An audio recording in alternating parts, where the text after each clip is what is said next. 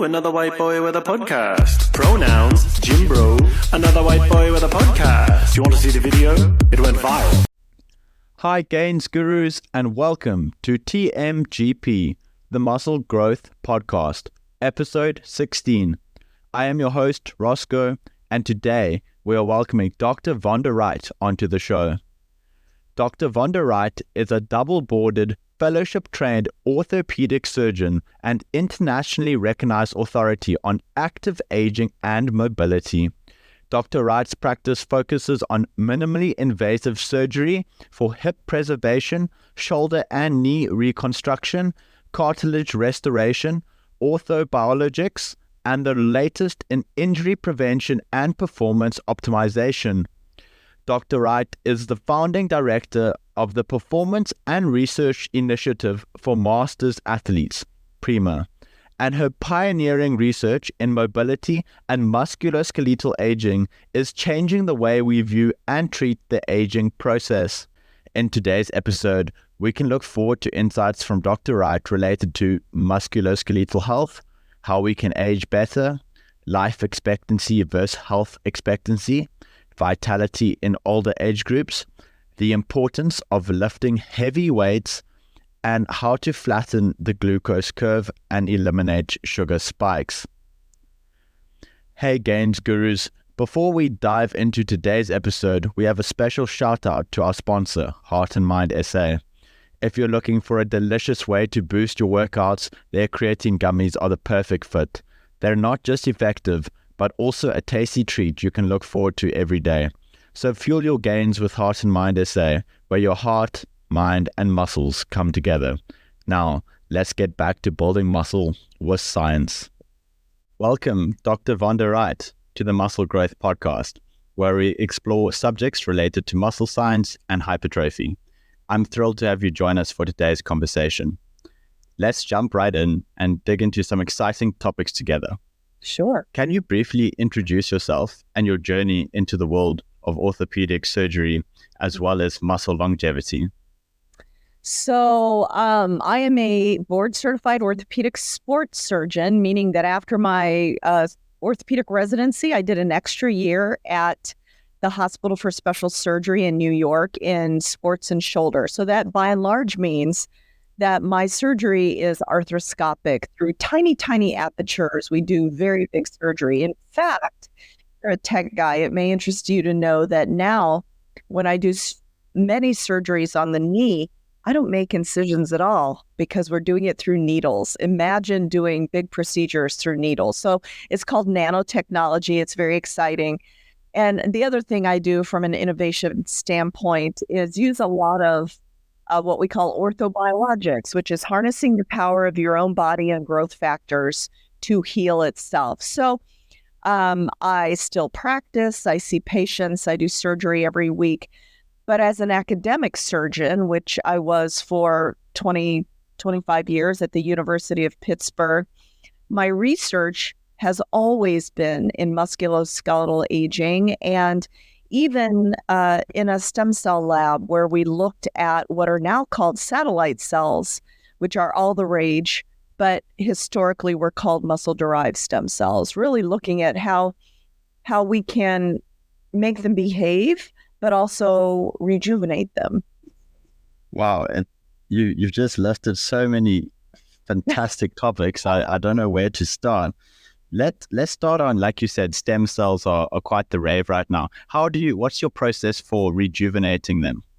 So I'm going to tell you about a study that we did so many years ago, which is kind of funny to envision. So muscle-derived, there are stem cells all over our body. So for those of you not in stem cell science, stem cell just basically means that a cell retains the capacity to become multiple other functioning adult cells. There's 4 destinations of cells in your body. They're the stem cells, which can become anything. Those stem cells are stimulated in their microenvironment to become adult cells that do a job, like a muscle or your bones or your brain. Those are the differentiated adult cells. Those adult cells do their functions. They're churning out proteins. When they're done, those adult cells then program themselves to die. It's called apoptosis. Those are the 3 normal destinations of cells. There's an abnormal destination of cells called senescence or zombie cells. They're neither living nor dead. They're just circulating, secreting all kinds of harmful cytokines. So going back to stem cells, in the lab where I was at the University of Pittsburgh, our particular stem cell line came from muscle. And in working with it, we found that we could stimulate those muscle-derived stem cells to become bone and cartilage, to become nerve. We could really push it in any direction. But as we were studying them, we wanted to see, could we modify their behavior? Because what we know happens as stem cells age, with aging of the organism, they become less able to be plastic.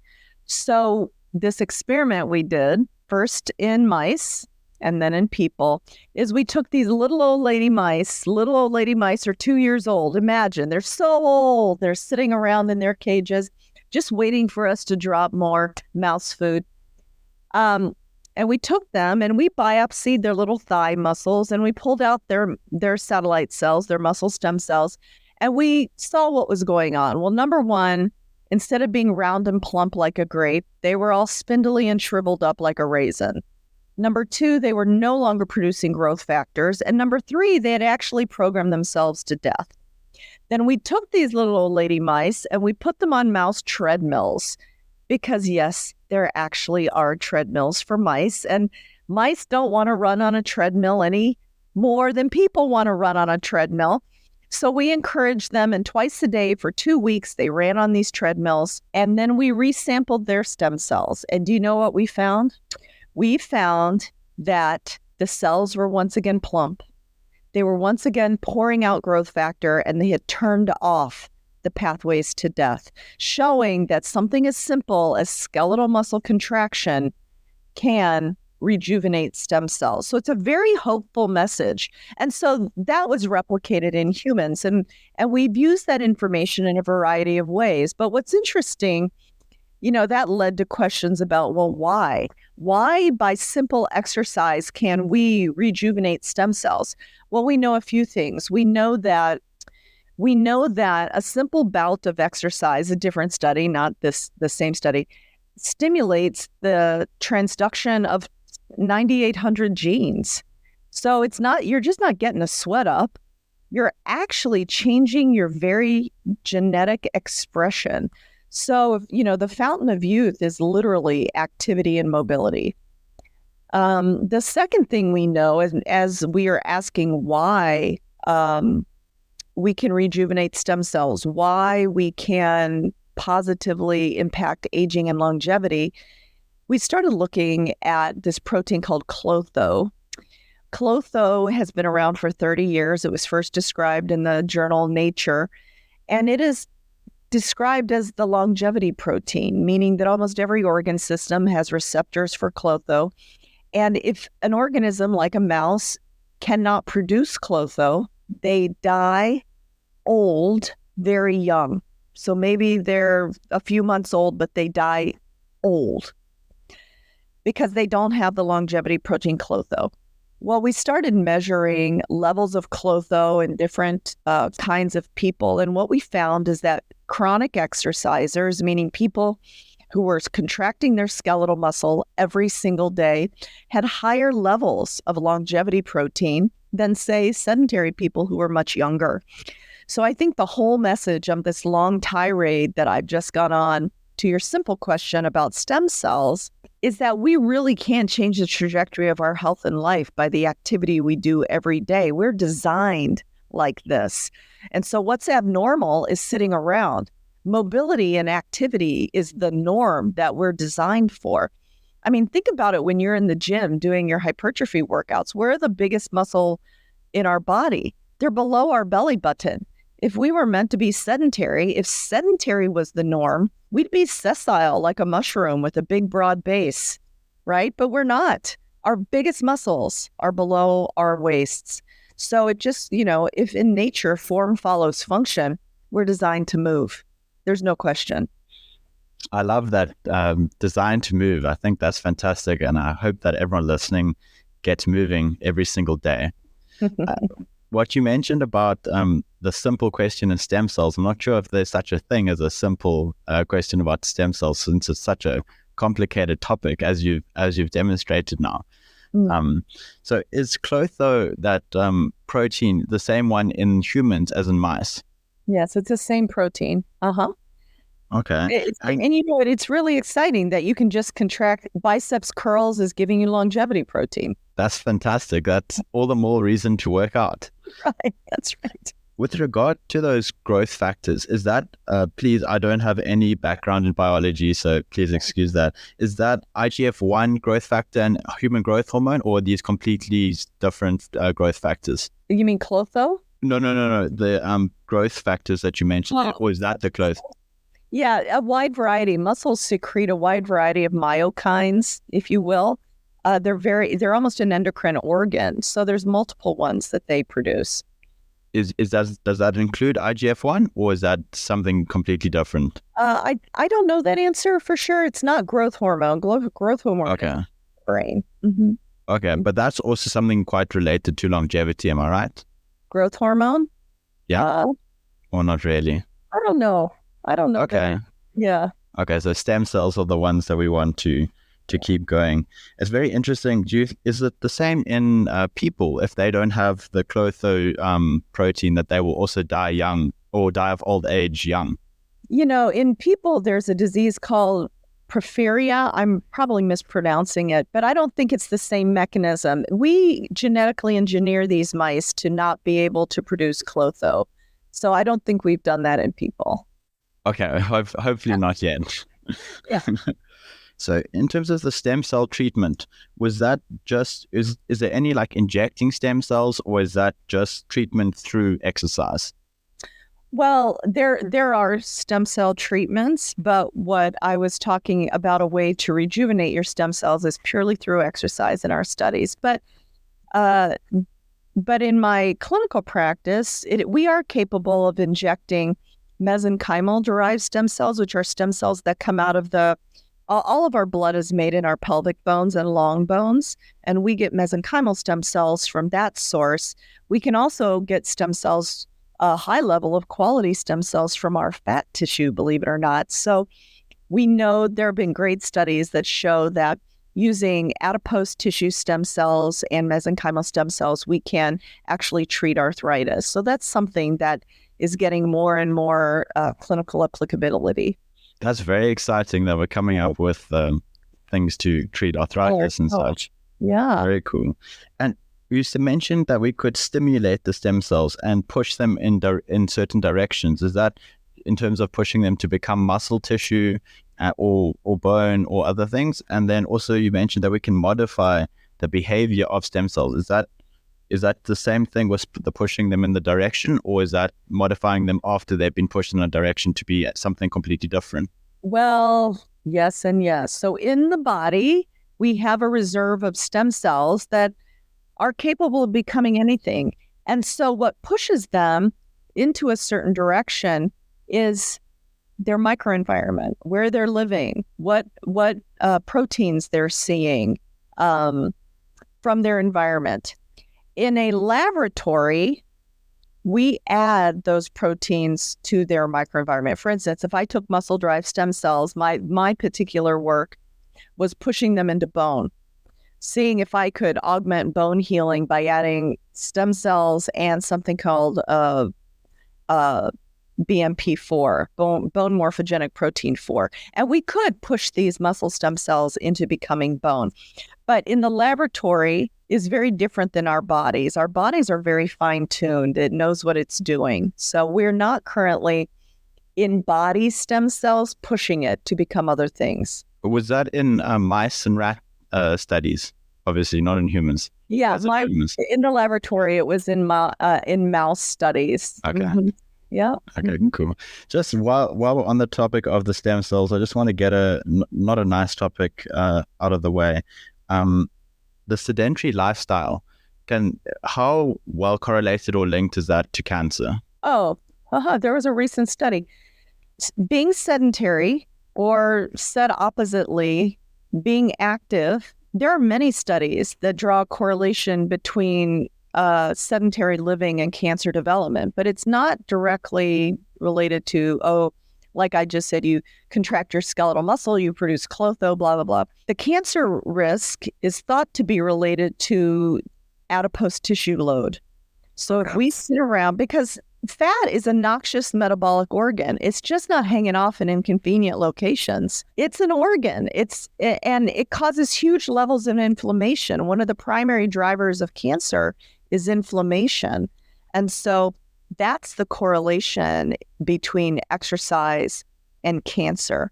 But if the next question, I just was asked this question, if the next question is, so how much exercise do you have to do to prevent cancer? We don't have dose response curves like that. We have observations that people with sedentary lifestyles, higher fat concentrations, have higher level of cancers, even things like breast cancer in women. I mean, one of the most talked about cancers, or colon cancer also. But the question I just had a little while ago was that there are 8 more cancers that are thought to decrease with increased activity levels. The only cancer that is thought to increase with increased activity, positive correlation, is melanoma, because most of us exercise outside, right? So, but I wouldn't use that as an excuse for stopping exercise. That makes a lot of sense, I guess. Or just go to a gym that's inside, or wear your sunblock, that kind of thing, I guess. Easy to prevent. Or don't go during the high sun hours of the day. Exactly. Yes, exactly. There was something else I wanted to mention. Oh, in terms of you mentioned the inflammation. Is that chronic inflammation that causes cancer, not so much localized inflammation, like from a workout, for example? Really, really good question, right? Because inflammation is normal. It's our body's amazing design to heal itself. And it's characterized by hot, swelling, soreness. Sometimes if you do too much, decreased function. But as the body increases acute inflammation and releases all the cytokines, the chemicals that are used to start the healing process, it's then supposed to decline pretty rapidly, right? Chronic inflammation is when you continually secrete all the noxious cytokines that are meant to heal our cells, and it becomes chronic overload. That kind of inflammation is what leads to disease. So good distinction. Acute is designed, we're amazingly designed to have inflammation. It's when it perpetuates for long periods. Brilliant. Thank you for clarifying that. Mm-hmm. Let's chat about PRIMA, or the Performance and Research Institute for Mature Athletes. Is that your institute? Yeah. So in 2004, I collaborated with scientists and exercise physiologists at the University of Pittsburgh to put PRIMA together. And for the purpose of really changing the way we age in this country and frankly around the world, really disputing the myth. I know you don't believe this, but many people believe that aging is just this inevitable decline from the vitality of youth, like you, right, down some slippery slope to frailty, and that there's nothing we can do about it. And I've never believed that. So I knew the fitness people knew that this myth was false, but the general public did not. So I was out to do the studies that proved that we could be healthy, vital, active, joyful, long into the foreseeable future. So we started studying masters athletes, because part of where we get the idea that aging is an inevitable decline is from doing population studies. So we take a population of people, we do something to them experimentally, or we just watch what happens over 10 years and we make conclusions.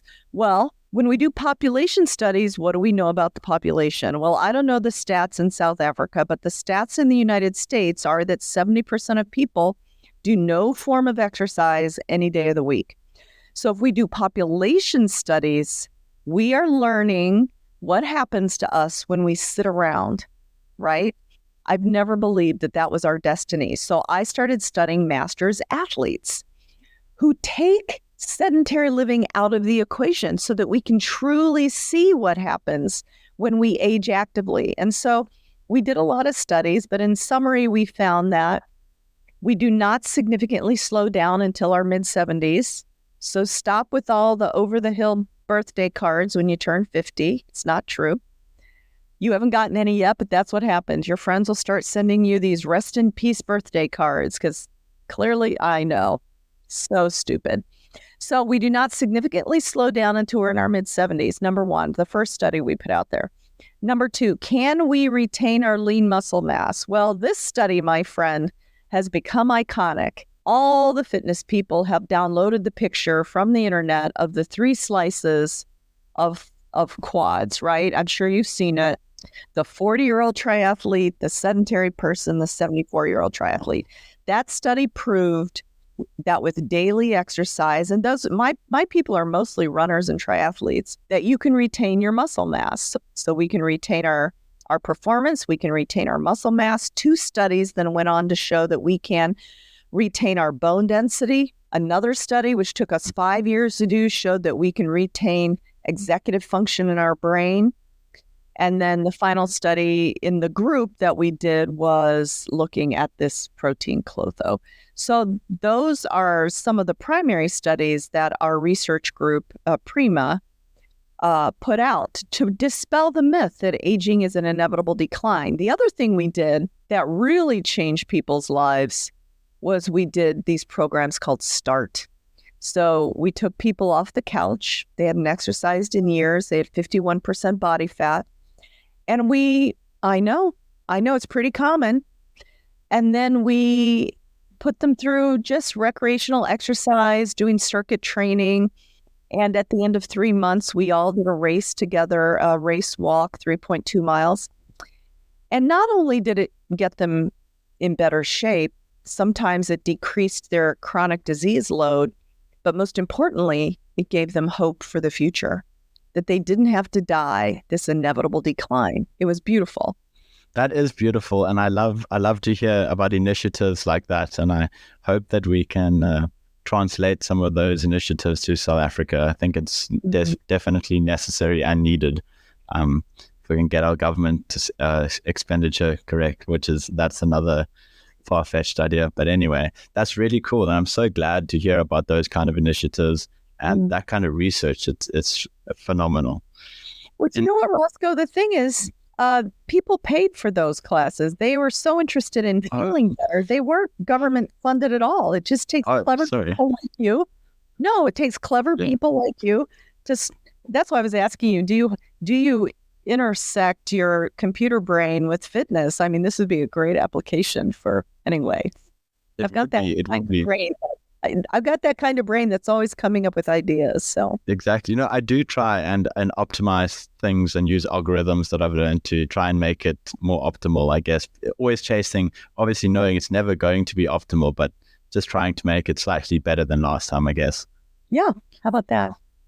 In terms of your finding for the reversal of like increasing bone density, that's really, really cool. And I actually had the world's oldest ninja warrior on the show, Jenny McCall. And I believe, I don't want to get it wrong, but I believe she's in her 70s now. Wow. Yeah, and she's still doing Ninja Warrior. That's great. Which is crazy, exactly. And what I was thinking, for when those people, your friends, send you those cards, I think you should send them the picture of you doing the obstacle course. Oh, yes. By the way. Exactly. Show them, see, I'm out here, you're the one, and then send it back and say to you. Yeah. I climbed over a 30-foot wall. Well, the funny thing about that obstacle course comment, because you heard that comment in this talk that I gave, right? Yes, the Growing Boulder talk on YouTube. Yeah. Very good. Please check it out, guys. You know what I thought was so funny is that he phrased, not that I did an obstacle course race, because I thought nothing of it, but he phrased it as, and at the ripe old age of 56, and as I was walking on stage, I was thinking, instead of thinking about what I was going to talk about, I was thinking about, what does he mean, old age? Because I don't really view my age as old. I view it as, I feel younger than I have in years, I think. So it's just funny, the perspective on the obstacle course race. It didn't seem to put you off. Your speech was fantastic. No. I thoroughly enjoyed it. Thank you. Pleasure. So I loved what you said about life expectancy versus health expectancy. And I've honestly never heard of that before, which is sad. But so what are your thoughts on that? I really thought it was a new topic that I've never seen before, which is really interesting. Yeah, so in the 1900s, the average life expectancy in the United States and likely around the world was about 40 for men at around 1900. And we don't have data for women because nobody kept data on women. But, whatever. Let's just say it. Shocking. It's probably shocking. Through modern medicine, through occupational safety, through vaccines, the life expectancy now, on average, in industrialized countries is about 79. Japan's 81. Japan's always a little ahead of the rest of us. So we're living, on average, about that long. That is our life expectancy. That is not our health expectancy. Research shows that our health expectancy, our health span, which means those years where we're not ravaged by chronic disease, is only 64. So even if you've had a diagnosis in your 50s or earlier 60s, it doesn't start sending you to the doctor 3 times a week, or you aren't slowed down until about 64. But then look at the difference here. What are we doing for the last 15 to 20 years between health span and lifespan? Well, I can tell you what I see in people's lives as they start coming to me and saying, I spend 3 days a week in the doctor's office. Nobody wants to live like that. But the fact is that many of the diseases we die from, many of the diseases of sedentary death syndrome can be prevented. But what's interesting, you may not know anybody like this because you're so into fitness and you're in a hypertrophy gym all the time. But the fact is, many young people don't even want to talk about prevention or how they're going to live better than their parents lived. And I think the problem with that is something that the finance people call temporal disconnect, which means where you are now in time, whether you're young like you are or whether in your 50s like I am, we cannot envision what 20 years or 30 years into the future looks like. I don't know what Vonda's going to be like then. I don't care about that person. We're not actually very good friends to our future selves most of the time, right? So temporal disconnect is that sense that now is the most important thing. And so we're not that interested in prevention. We're interested in the now. Well, I lift heavy weights and I do zone 2 training and I eat an anti-inflammatory diet because it makes me feel amazing now and I've totally bought into prevention. But it's also the reason why people sit around now or they eat bonbons or fill their lives with packaged food that's terrible for us. It's because it feels good now. We're not preventing chronic disease. Does that make sense? That makes a lot of sense. I totally follow you, and I hope the listeners follow you too. I'm sure they will. So, me too. That's why I do this. Exactly. So how can we age better and how can we achieve vitality in older age groups? Well, I think that it's not rocket science, right? It's investing. It's health science. It's health science. It's you know how when people want to do self-care behaviors, many times what that means is they go get a massage or they go on a retreat or they take a nap, and all that's fine and good. Fine, do that. But what really self-health is, self-care is? It's getting in the gym and lifting some heavy shit 3 or 4 days a week, right? That's going to give muscle, it's going to make you, I'm swearing on I'm a surgeon, I swear. It's explicit now. Don't worry about it. You have to lift heavy shit. That's going to make you feel like a badass in your body and in your brain. It's not that hard. You just got to show up, right? So that's number 1. Number 2, you do not need to kill yourself with high-intensity interval training every day. That is a surefire way to end up in an orthopedic surgeon's office hurt. Elite endurance athletes do something called base training 80% of the time. It's a much lower heart rate way to build up an amazing aerobic base. That's what I teach my people to do. Then we sprint on top of that twice a week, and then we do 1 VO2 max a week. And then number 3, we eat an anti-inflammatory lifestyle, which means a focus on green leafy vegetables and fiber. a focus on 1 gram of protein per pound minimum. If you're trying to be a bodybuilder, you need much more than that. But most of us need at least 1 gram per ideal pound, and most of us get half of that. But if you want to build muscle, you have to feed that. And then here's the kicker that most everybody around the world that I talk to hates. You got to stop eating simple sugar. You've got to stop with adding all this white cane or white beet sugar, because that adds to inflammation for you. So those are the 3 simple steps in addition to protecting your sleep, forming great social relationships so you're not isolated. Those are all key ways of aging well. I think you've absolutely, since this is your job, you've absolutely nailed it, of course. And I think I can't think of anything major that you've missed. I think those are some really good pillars of health that you've mentioned. You've mentioned the base training, the eating, the gym. The one thing that you mentioned in the talk was the plyo, the jumping, and that kind of thing. Yeah. So in addition to, I do my plyo, which is literally jumping on top of a 24-inch box or jumping down, or even things like jump roping. I do that on my squat days. So in between my squat sets, I'll go over and jump up on a plyo box. Plyo is really good for stimulating bone. It's great for stimulating stem cell rejuvenation, the impact of plyo, the explosiveness, because for people in midlife, you have to examine what you're lifting for. What are you out there exercising for? I am lifting heavy for longevity and power. I will build muscle and become hypertrophied, but my primary goal is not bigness.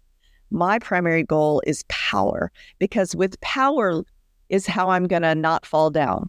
It's how I'm going to be able to get up off the floor. Have I built muscle? Absolutely. Is it noticeable hypertrophy? Absolutely. But hypertrophy becomes my secondary goal. Power is my first goal. And that's a fantastic goal to have. And I'm glad that you've got it. I hope our listeners can find a goal that works for them and something that gets them motivated to hit the gym, hit the track. Just be active in any way, shape or form is better than nothing, for sure, depending. And as long as it's not those guys that are doing heavy weights on a skateboard, on a bozo ball or BOSU ball, sorry, I'm not sure what they're called. Those guys, I wouldn't recommend it, but if you want to, you can do what you want. Are you sitting in a gaming chair? I am, yes, I am. Well, listen to this. You'll love this, because now it's been almost 7 or 8 years ago, I designed some of the first in the country sports medicine training programs for gamers, recognizing that the elite gamers in the world had short lifespans at the top of their field, like 3 to 5 years, because, most people game sitting in those fancy chairs. So we started treating elite gamers like elite athletes and getting them in gym lifting weights. I was once working with 90 Paladins players, including the world champions, and what they were being fed was a wall of sugar. So we started treating them like real athletes and feeding them great food and getting them exercise, all towards trying to extend their life expectancy as an elite player. And we ran into the min-max principle, meaning we want to do the minimum to get the maximum, but that's not unlike what we do for mere mortal people, not even elite gamers. People want to get the maximum out of the minimum. And so that's why I've adopted this powerlifting and the zone 2 training. And you don't have to destroy yourself to be in really good shape. Absolutely. And I agree with you. You don't have to do 3 hours in the gym every day. You can do what works for you. Obviously, don't be lazy. Or do, again, not telling you what to do, but suggesting. I am telling you what to do. Oh, yes, you are. You're the doctor. Listen to the doctor, everyone. You have to. This is good advice. You mentioned sugar spikes. How can, and I think I saw something about a flat glucose curve. Yeah. Can you just quickly talk about that? Yeah, so for sustained energy and to decrease inflammation, we want to avoid the high sugar spikes that come when we eat just raw sugar or carbs or, frankly, chocolate ice cream, which everybody loves. What we want during the day is a stabilized blood sugar, or if we do have an increase, that it goes up, not to 600, but just maybe less than 200, and then immediately comes back down. So how we do that is we eat protein at every meal, at breakfast, snack, dinner, snack, and that will stabilize our blood sugar so that our body doesn't have to scramble and pump out so much insulin that we become insulin resistant, and then stores the extra sugar in our fat cells, right? So I'll give you an example. People are like, but how do we get enough protein? How do I get 1 gram per pound? So I'm a really muscly person, and so the weight I tried to maintain is about 130. So I need 130 grams of protein. So that means at breakfast, I have protein for breakfast. A cup of egg whites, for instance, has 25 grams of protein, which is not a lot of volume, but it's a lot of protein. And then I supplement around 10 o'clock in the morning with a protein powder. Now, it's not supposed to be a luxurious meal. I just dump a scoop I use Mind Body Greens into a bottle of water, shake it up, and carry it around my office. And that's another 25 grams. And then for every ounce of animal protein, no matter what the source, it's 6 grams of protein. So a chicken breast the size of my hand is about 40 grams. And then protein in the afternoon, maybe a cup of beans, maybe half an avocado, and then dinner. That is protein at every meal. That keeps your blood sugar stabilized so that your energy is stabilized. It keeps your inflammation stabilized and gives you enough fuel to lift heavy and hypertrophy. So eat your protein. Must eat your protein. Now, athletes need carbs. I'm not anti-carbs. I'm anti-sugar, but not carbs. We need carbs. Absolutely. And just on that note, glycation, is that something that you're familiar with? Is it real? For example, eating first your leafy greens and then your protein, then your carbs. Is that a real thing that can get that glucose curve better? Yeah. So, with that ordering your food concept was popularized by the glucose goddess in her book. I can't even remember her name. But so what I do when books like that come out is I go back to the source document. So when I read that book about glycation and ordering your food, I went back to the source documents, and lo and behold, there is science behind it. So the thought is, if you eat your green leafy vegetables first, because they're so hard to digest, it forms a net in the bottom of your stomach. Cows, for instance, cows have 4 stomachs because it takes so long to digest green leafy things.